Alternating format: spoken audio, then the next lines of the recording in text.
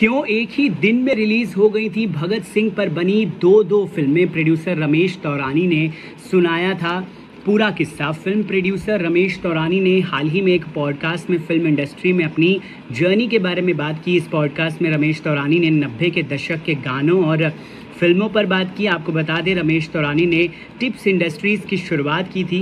उनके music label ने बहुत से हिट गाने दिए। इसके बाद रमेश तौरानी ने फिल्मों में हाथ आजमाया और वहाँ भी उन्होंने सफलता हासिल कर ली। भारती सिंह और हर्ष लिम्बाचिया के पॉडकास्ट में रमेश तौरानी ने पुराने गाने और नए गानों पर बात की। उन्होंने 90 के दशक के गानों की तारीफ करते हुए कहा कि आज की फिल्मों में भी 90 के दशक के गानों को रीमेक करके डाला गया है। उन्होंने कहा कि म्यूज़िक आज भी फिल्मों में बहुत ज़्यादा अहम रोल प्ले करता है। इसी के साथ ही रमेश तौरानी ने उस वक्त की भी बात की जब बॉलीवुड में एक ही साल में भगत सिंह पर आधारित तीन फिल्में रिलीज हो गई थी। पॉडकास्ट के दौरान हर्ष लिम्बाचिया ने प्रोड्यूसर से पूछा कि एक टाइम था जब एक ही नाम की 5 फिल्में रिलीज हो जाया करती थी, भगत सिंह। उन्होंने कहा कि आपने भी वो फिल्म बनाई थी और बाकियों ने भी, सबके पैसे लगे थे, तो एक साथ आखिर कैसे रिलीज हो गई।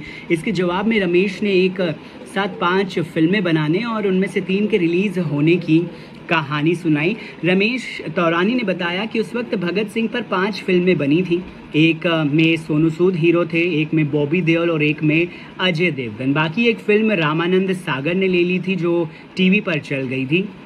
वहीं 5वीं फिल्म रिलीज ही नहीं हुई थी। रमेश तौरानी ने बताया कि राज संतोषी के पास फिल्म की स्क्रिप्ट थी। उन्होंने हमें स्क्रिप्ट सुनाई तो हमें बहुत अच्छी लगी। उन्होंने कहा कि उस स्क्रिप्ट में भगत सिंह पर पूरा रिसर्च था। उन्होंने बताया कि उस वक्त सनी देओल चाहते थे कि उनके भाई के साथ इस फिल्म को बनाया जाए, लेकिन बॉबी देओल के साथ कभी डेट नहीं निकल पा रही थी तो कभी कुछ। वहीं अजय देवगन इस फिल्म में काम करने के लिए राजी हो गए थे।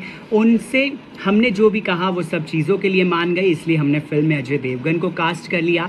रमेश ने बताया कि उन्होंने भगत सिंह फिल्म 135 से 140 दिनों के अंदर बनाकर रिलीज भी कर दी थी। इसके बाद रमेश तौरानी ने कहा कि उन्होंने सन्नी देओल से एक जैसी फिल्म ना बनाने की बात भी कही थी, लेकिन सन्नी देओल अपने भाई को लेकर बहुत इमोशनल थे और उन्होंने कहा कि उन्हें ये फिल्म बनानी ही है। रमेश तौरानी ने बताया कि सन्नी देओल से उन्होंने कहा था कि आप ये फिल्म मत बनाओ, हम बॉबी देओल के साथ पृथ्वीराज चौहान फिल्म बनाएंगे, लेकिन वैसा ही नहीं हो पाया।